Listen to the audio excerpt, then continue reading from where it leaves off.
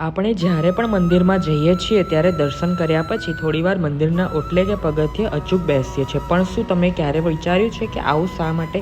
ચાલો, હકીકતમાં આપણે શાસ્ત્રો અનુસાર એટલે ઓટલે બેસી એક વિશેષ શ્લોક બોલવાનો હોય છે.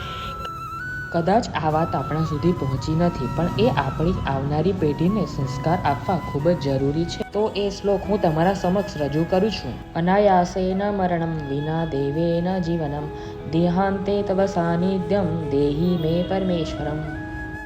એટલે કે હે પરમેશ્વર, હું તમારી પાસે માત્ર 3 વસ્તુઓ માગું છું. પહેલું, અનાયાસેન મરણમ, કોઈ પણ શારીરિક કષ્ટ, પીડા કે લાંબા સમયની માંદગી વગરનું સહજ મૃત્યુ આપજો.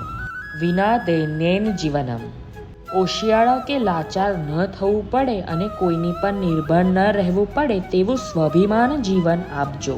દેહાંતે તવ સાનિધ્યમ, મારા જીવનના અંત સમયે મારી નજર સમક્ષ આપ હો અને મને આપના ચરણોમાં સ્થાન મળે.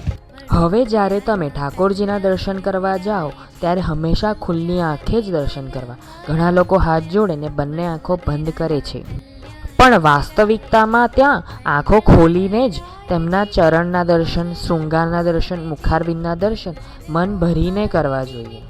જ્યારે તમે દર્શન કરીને બહાર આવો ત્યારે મંદિરના ઓટલે આંખો બંધ કરીને ઠાકોરજીના સ્વરૂપના દર્શન યાદ કરવા જોઈએ. જો બંધ આંખે તમને ઠાકોરજીના એ જ સ્વરૂપના દર્શન થાય તો તમારું દર્શન સફળ છે. જો ન દેખાય તો ફરી અંદર જાઓ અને ફરીથી દર્શન કરો.